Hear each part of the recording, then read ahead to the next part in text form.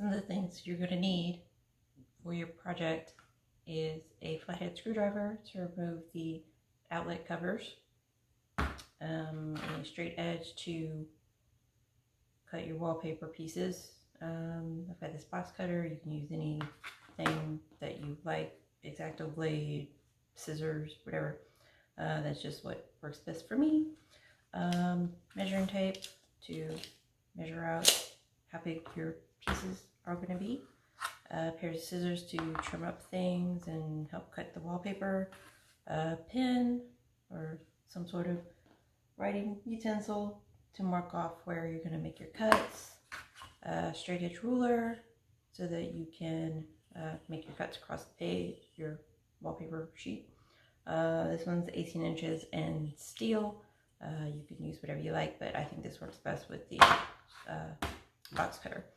And then you'll need a surface to put on top of whatever you're working on to cut through your wallpaper with your box cutter, because you don't want to cut through and like cut up your cabinet, or unless you're working on a work table where you don't care, you know, you need something. And the wallpaper I got is from RoomMates Décor, and there's a instruction display kind of thing in there. It's got the instructions on how to do everything. It's got some ideas on things that you can do with the wallpaper besides just put it on the wall, like stairs and line a tray, and you can find all kinds of other stuff online too. Some more instructions on the back, a bunch of details and stuff in different languages. And here's an actual scrap of the wallpaper. It's got a back on it that you can peel off, and it's more or less like contact paper. It's very, very sticky on the back. Looks like tile, but it's not. And it's in a big roll. It looks like that. The first thing you need to do is remove the outlet covers. So you want to make sure that the power is off so that you don't accidentally electrocute yourself. And take a flathead screwdriver and undo the screws.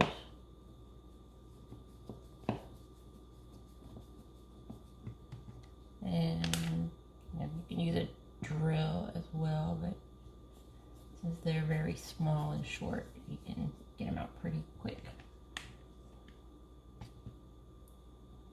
And that's all there is to removing the outlet cover. Okay, so we need to figure out how big of a piece of wallpaper we need. So take your tape measure and put it under the counter and follow it down to the end of the wall towards the counter, and that is how much wallpaper we're going to need. So now you need to cut your piece of wallpaper. This is a scrap I have left over from the other roll that I had, because I went and did the bar that I'm standing on top of, and I'll show that after, so you can kind of see what the pattern looks like when it's done. Speaking of pattern, you want to make sure that you're using the top and the bottom and aligning them correctly, or at least the way that you want. All of them have a top and a bottom. The patterns repeat, so you want to pay attention to how you have it orientated whenever you actually hang it. Since this is tiles and they're kind of square, it's very forgiving. As you can see, it looks like individual tiles here. So they do line up whenever you put them together correctly, but you can also accidentally or purposefully turn it upside down and it's not going to make any difference. And really, if you do that, it's fine. It's just a matter of your preference, but just be aware of that whenever you're hanging the wallpaper. So anyway, so we've got our measurements. I forgot my tape measure. So take your tape measure, and since it's already got lines, I'm going to kind of follow the lines, but you want to put it here at the edge, make sure that it's flat, hold it across, and you probably want a little more slack so that you can push down the measuring tape so that it is exactly correct. And so this is where it was on the wall. So you want to mark it here, and you should probably flip it over and mark on the back, especially since I'm using an ink pen, so that doesn't come off. But I just prefer doing it this way. And with anything, you know, it's your project and you can kind of do the way that you want to do it. And I'm marking off 3 lines going across so that whenever I get my ruler, I can match them up and make sure that I'm making a straight cut. So you want to line up the edge of the paper with your ruler. You want to line up your first mark, find your second mark and align that. And my ruler's not quite long enough to reach the third one, but you can just move the ruler down whenever you get to it. So I have a piece of cardboard on my countertop so that I don't cut into my counter. And also make sure that if you're using a box like I am, that you're paying attention to this so that you don't mess up your straight edge whenever you hit it accidentally if you're not paying attention. So you want to cut straight and lean into the ruler, and you want to move down to make sure that you have enough pressure so that your ruler doesn't slide.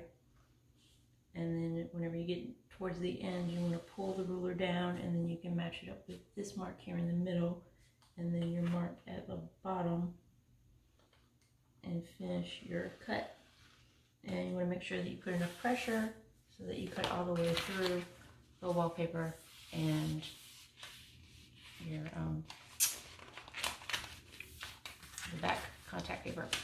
And so you just pull it across like that, and then you have your measured piece of paper. And now that our paper is cut, we need to hang it on the wall.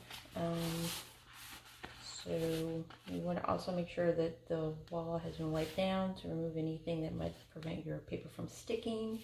Remove the outlets, which I already did. And also something to pay attention to is the texture of the wall. My wall is not completely flat. It's got a slight texture to it. And if you had something that you wanted to make sure that was completely flat, you might want to sand the walls down, or if you had a larger texture that might interrupt the pattern and make it look lumpy, you probably don't want to put wallpaper on it to begin with. So mine's like a slight texture, and also since I'm using what is supposedly tile, it doesn't really add or detract from the pattern on the paper, so I did not bother to sand anything. So anyway, to get the paper off of the contact paper, you need to kind of fold the corner and stick a fingernail in between there and pull some of it off. You don't want to pull all of it off because it's kind of flimsy, and if it rolls back on itself, it's very, very sticky. I'm going to address the outlet in a minute after I get this on the wall. So you want to line this up at the end of the counter, or wherever you're going to start that, and go down and then make sure that it's flat and it's straight. And then you want to rub it down as you go. And then while you're going across, you want to peel off some of the paper to expose more of the wallpaper. The outlet is right here, so just kind of lightly go over that, and we will deal with that in a minute. And since it's removable, it's very easy to pull apart and re-stick, which I'm going to have to do because it's not aligned perfectly.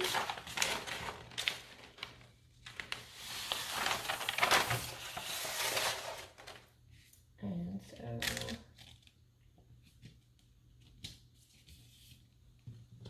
you can just pull it up like that. Make sure that it goes along the wall, and you want to push the air bubbles out. And part of the reason why we can't get them all out is because there's this lump here, which is the outlet. So you want to kind of feel around to where the edge of the outlet is. I'm going to peel it off a little bit and so you can kind of see where that is. You want to make a crisscross over where the outlet is, but you don't want to make it too big because you still have to have your outlet cover the edges of the paper, so you don't want your paper too short because then you won't be able to cover it with the outlet cover and you'll have to patch it. So let's see. So once you have your paper aligned the way that you want it,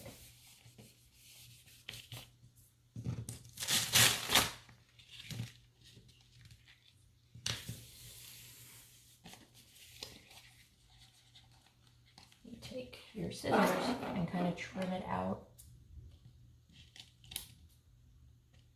So you don't want to trim too much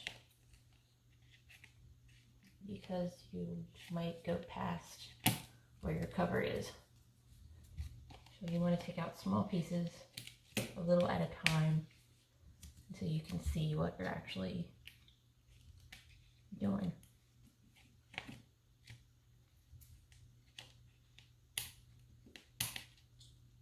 And also another reason why you want to be sure that you've turned off the electricity, because you can't really see the outlet, so you don't want to accidentally shove something in one of those holes. Let's see, so this one's a little larger that way.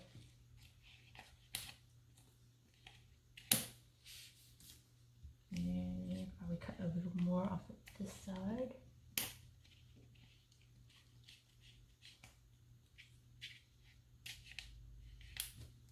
And it doesn't have to be pretty because you're going to cover it up with the outlet anyway, the outlet cover. So continue to smooth things out. And that seems pretty good to me. So there's the first piece of wallpaper. And I am going to take the excess that I had left over and cover up the outlet cover so that it matches the tile and it doesn't look like that. It'll be one of the tile patterns. The first piece of wallpaper is up. And you're going to make sure that it's straight as possible because your next piece is going to rely on that first piece being straight. So you want to peel off some of the contact paper just like you did last time. You want to try and line it up in the corner and as close to that edge as possible. And then you want to slowly match those edges up as close as you can. And then you want to smooth it out like you did the last time. Just going along, smoothing it out as you go. Jam up some more at the backing when you get to it. Smoothing out that piece.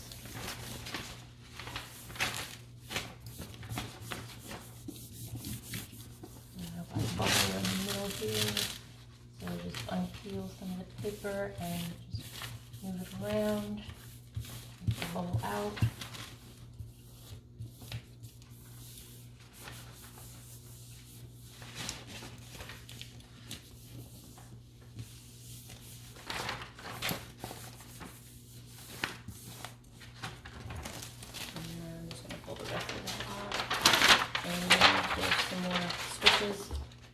Here to deal with, and do the same thing as you did on the other side over there.